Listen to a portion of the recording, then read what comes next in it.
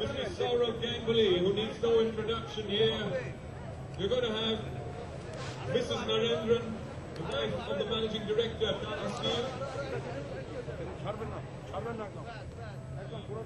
Mrs. Ruchi Narendran. We're going to have Sunil Bhaskaran and Piyush Gupta. They're going to form a small court and walk.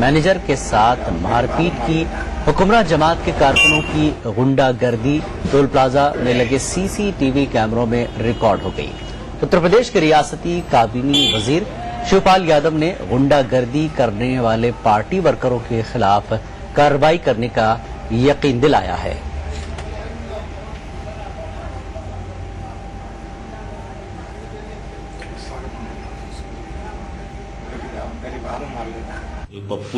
Pappu Yadav اور ان کے 3 آدمی جا رہے تھے فیض آباد سے لکھنؤ، رونائی ٹول پلازہ کرمیوں سے ان کا واد واد ہوا، جھگڑا ہوا، جس میں ایک ٹول پلازہ کرمی کو چوٹ لگی، حاکم سنگھ کو۔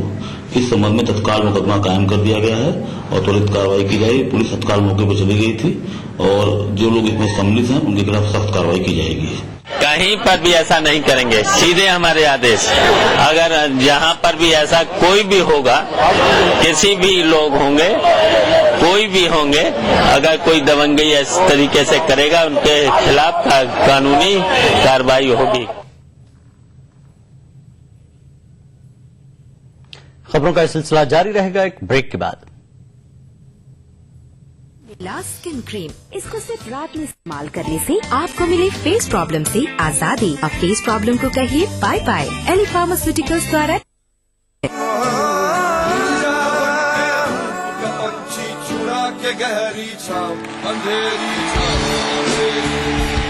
چھوٹی چھوٹی پرابلمز ہماری زندگی میں آ جاتی ہیں جو آپ کی پرابلم سے حساب سے کچھ نہیں ہے۔ کیا کمال کی زندہ دلی ہے آپ نے۔ 11 جنوری سے ہر شنیوار اور رویوار رات 9 بجے صرف کالرز پر۔ وہ صبح کبھی تو آئے گی۔ اربنائزیشن تیز رفتار سے آگے بڑھ رہا ہے، تقریباً 30% ہندوستان شہروں میں رہتا ہے۔ آج نگر میں ہی نگر کے بھیتر 2 نگر نظر آتے ہیں، ایک سیواداروں کا نگر، دوسرا سیوا پانے والوں کا۔ آپ نے سنی نیتاؤں کی آواز، ہم سننا چاہتے ہیں آپ کی آواز۔ بہتر شہری کرن کے لیے آج ہی اپنے آئیڈیاز بھیجیں۔ Change India, an agenda for the next PM۔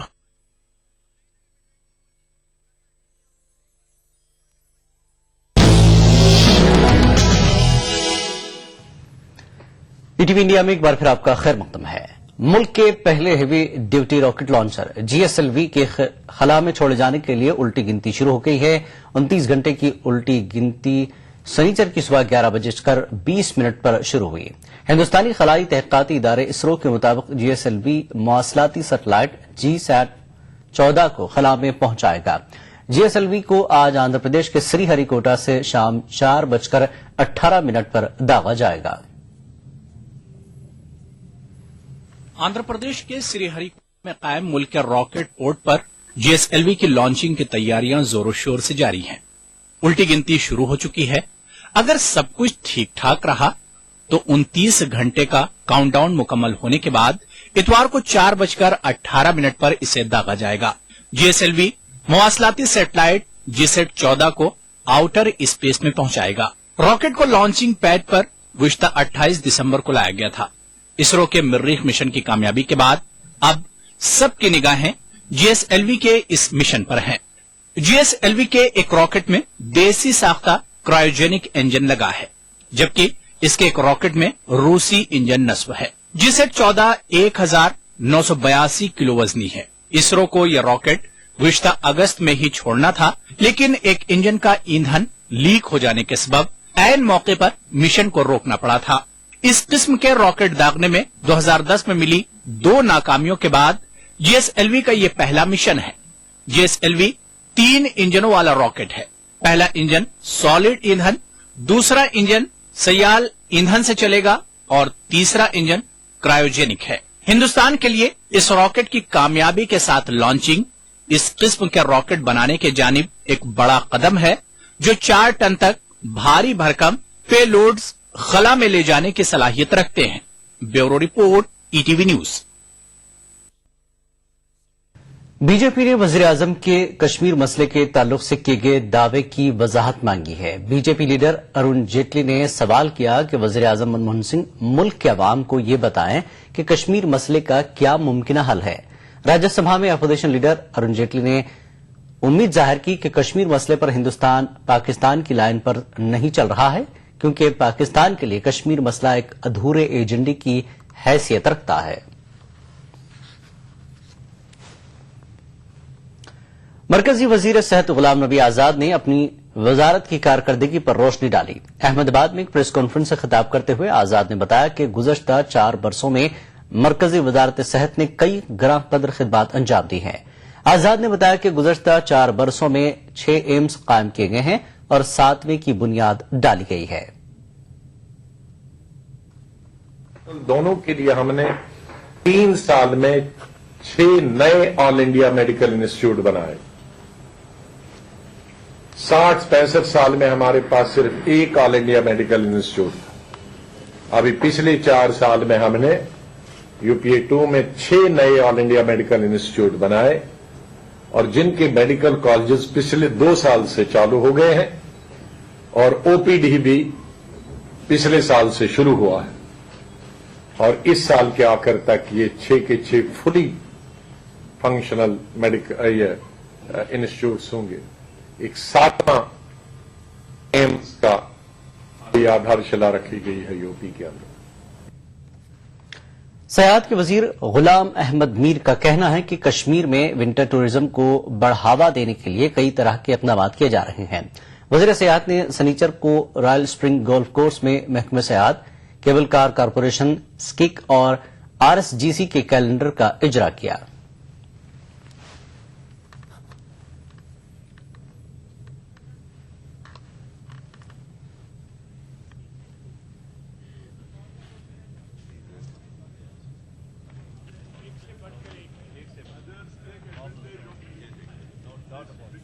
اس وقت ہم ونٹر کے لیے تیار ہیں، ونٹر ٹورزم کے لیے، ونٹر ایکٹیویٹیز کے لیے جو ہماری کیلنڈرڈ ایکٹیویٹیز ہے اس کے لیے ہم ایک دم تیار بیٹھے ہیں اور شاید آنے والے کچھ دنوں میں ہماری ایکٹیویٹیز شروع ہو جائیں گی جس کا مین کیندر رہتا ہے گلمرگ، اور اس سال ہماری کوشش ہے کہ گلمرگ سے باہر جیسے پہلگام میں بھی کچھ ایونٹس ہوں گے، پہلگام کے علاوہ اور بھی جہاں جہاں پر سکوپ ہے اس کو بھی دیکھا جا رہا ہے تاکہ اور دور دراز علاقوں میں بھی اس طرح کی چھوٹی موٹی ایکٹیویٹیز شروع کرے تاکہ لوگوں کے نظر میں آئے۔ جب تک نہ اپنے لوگوں کے نظر میں چیز آتا ہے تب تک ہم باہر کے دنیا کو کتنا بھی سمجھائے شاید وہ سمجھ نہیں پاتے۔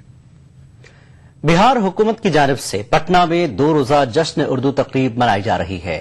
تقریب کے افتتاحی جلسے سے خطاب میں وزیر اعلیٰ نے اردو کے فروغ کے لیے زبان کو روزگار سے جوڑنے کا وعدہ کیا۔ بہار حکومت صوبے کی دوسری سرکاری زبان اردو کے فروغ کے سلسلے میں اچانک سنجیدہ ہو گئی ہے۔ حکومت نے راج بھاشا محکمہ کے ماتحت اردو زبان کے لیے یہ جشن کی تقریب منعقد کی ہے۔ اس پروگرام کا افتتاح وزیر اعلیٰ نتیش کمار کے ہاتھوں ہوا ہے۔ حکومت کا پروگرام ہے، لہذا اردو کے سلسلے میں حکومت نے اپنے آپ کو سنجیدہ بتانے میں کوئی کسر باقی نہیں رکھی۔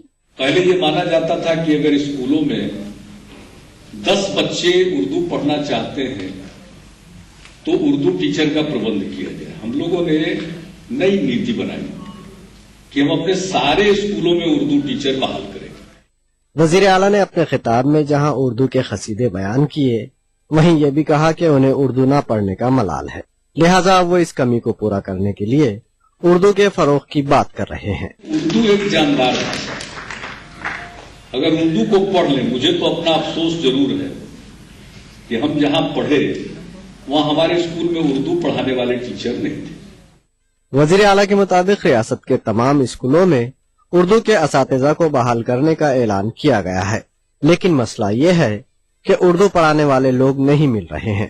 ہم کو خبر ملتی ہے، شروع میں تو ہم لوگوں نے سوچا کہ 200 نمبر رہے گا اردو والوں کو، تو اس میں لوگ نہیں مل رہے تھے کینڈیڈیٹس، تو اب گھٹا کر کے 50 پر لایا ہے، پتہ چلا ابھی بھی نہیں ملے۔ تو آپ سمجھ سکتے ہیں کہ چونکہ روزگار سے اس کا رشتہ نہیں تھا، اس لیے جب اچانک روزگار کا اوسر پیدا ہوا تو اتنی سنکھیا میں لوگ مل نہیں پا رہے۔ وزیر اعلیٰ کا یہ بیان اردو آبادی کو خوش کرنے کے بجائے مایوس کر گیا۔ اس بار بھی اردو کے خوب قصیدے پڑھے گئے، اردو کو روزگار سے جوڑنے کا اعلان بھی کیا گیا۔ انتخابی سال میں حکومت کی جانب سے کیا گیا یہ اعلان کئی معنوں میں کافی اہم ہے اور لوگ الگ الگ انداز میں اسے لے رہے ہیں۔ اب دیکھنا یہ ہے کہ حکومت اردو کے سلسلے میں کیا کر پاتی ہے۔ کیمرامین منیش کمار کے ساتھ محفوظ عالم، ETV نیوز، پٹنہ۔